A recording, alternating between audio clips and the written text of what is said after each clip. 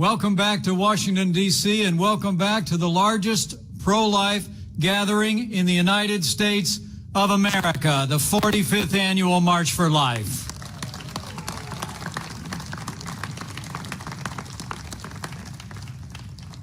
More than 240 years ago, our founders wrote words that have echoed through the ages.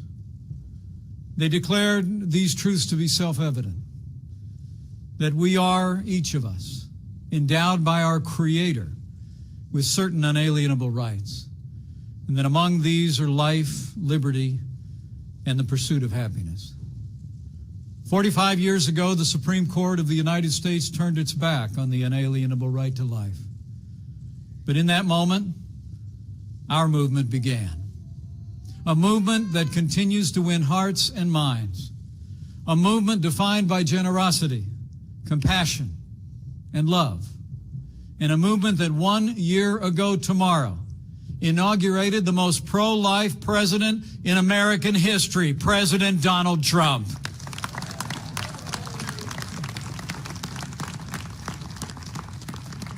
From preventing taxpayer dollars from funding abortion overseas to empowering states to respect life in Title X, to nominating judges who will uphold our God-given liberties enshrined in the Constitution of the United States, this president has been a tireless defender of life and conscience in America. And today, President Trump will do even more to defend the most vulnerable in our society. My friends, life is winning in America because love saves lives. And know, as you march for life, that your compassion, your persistence, your activism, and your prayers are saving lives. And this pro-life generation should never doubt we are with you. This president stands with you. And he who said, "Before I formed you in the womb, I knew you," is with you as well. And I believe with all of my heart, with your continued dedication and compassion, with pro-life majorities in the Congress, with President Donald Trump in this White House, and with God's help, we will restore the sanctity of life to the center of American law.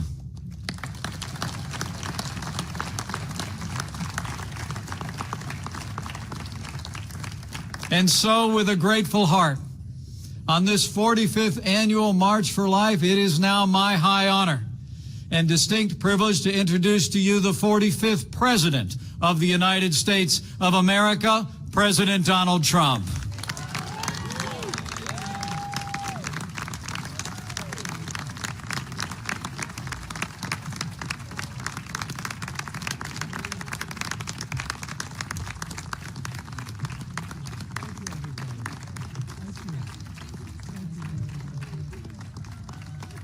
Thank you very much. That's so nice. Sit, please. We have tens of thousands of people watching us right down the road. Tens of thousands. So I congratulate you. And at least we picked a beautiful day. You can't get a more beautiful day. I want to thank our Vice President, Mike Pence, for that wonderful introduction. I also want to thank you and Karen for being true champions for life. Thank you. And thank Karen. Today, I'm honored and really proud to be the first president to stand with you here at the White House to address the 45th March for Life. That's very, very special. 45th March for Life. And this is a truly remarkable group. Today, tens of thousands of families, students, and patriots, and really just great citizens gather here in our nation's capital.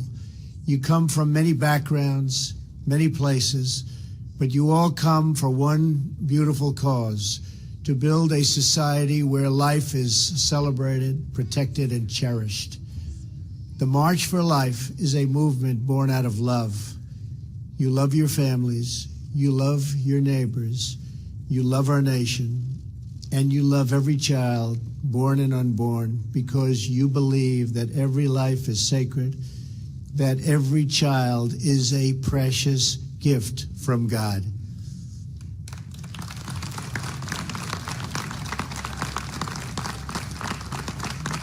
We know that life is the greatest miracle of all. We see it in the eyes of every new mother who cradles that wonderful, innocent, and glorious newborn child in her loving arms. I want to thank every person here today and all across our country who works with such big hearts and tireless devotion to make sure that parents have the care and support they need to choose life. Because of you, tens of thousands of Americans have been born and reached their full God-given potential. Because of you. You're living witnesses of this year's March for Life theme, and that theme is Love Saves Lives.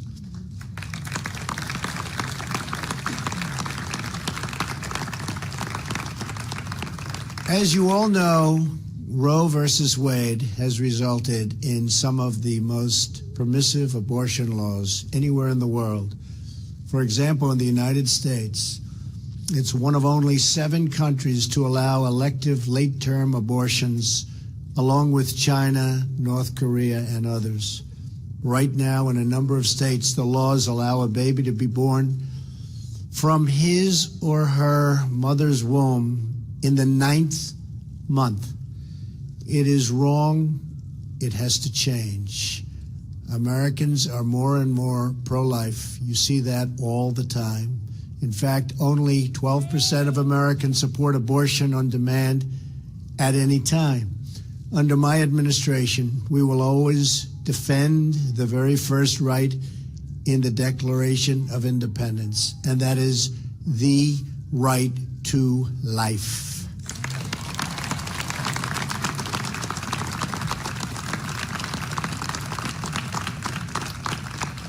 Tomorrow will mark exactly 1 year since I took the oath of office.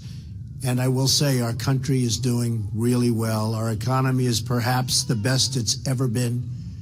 You look at the job numbers, you look at the companies pouring back into our country, you look at the stock market at an all-time high, unemployment, 17-year low, unemployment for African-American workers at the lowest mark in the history of our country, unemployment for Hispanic at a record low in history, unemployment for women, think of this, at an 18-year low.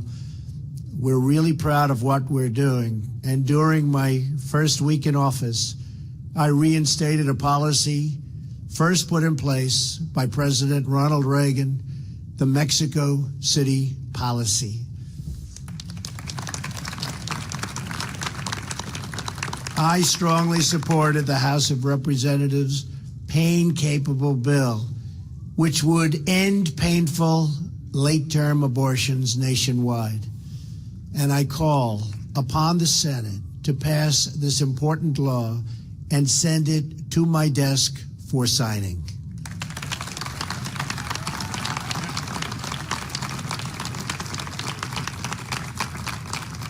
On the National Day of Prayer, I signed an executive order to protect religious liberty. Very proud of that. Today, I'm announcing that we have just issued a new proposal to protect conscience rights and religious freedoms of doctors, nurses, and other medical professionals. So important. I have also just reversed the previous administration's policy that restricted states' efforts to direct Medicaid funding away from abortion facilities that violate the law.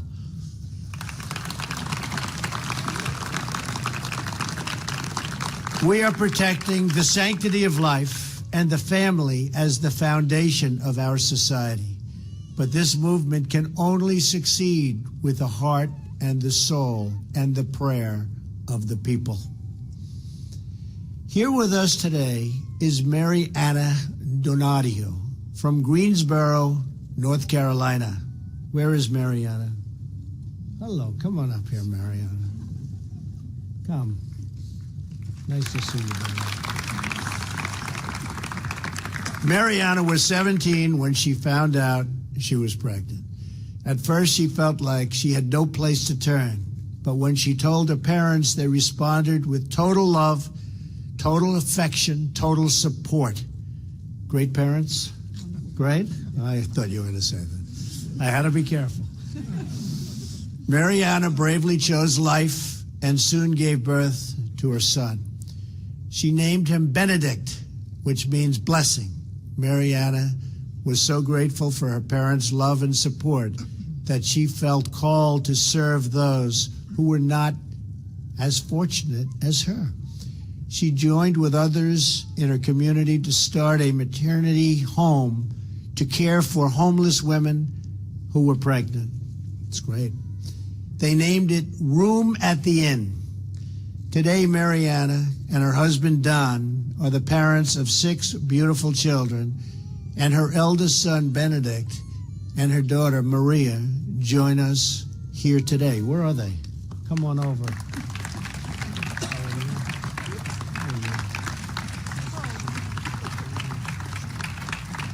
That's great. Over the last 15 years, Room at the Inn has provided housing, child care, counseling, education, and job training to more than 400 women. Even more importantly, it has given them hope.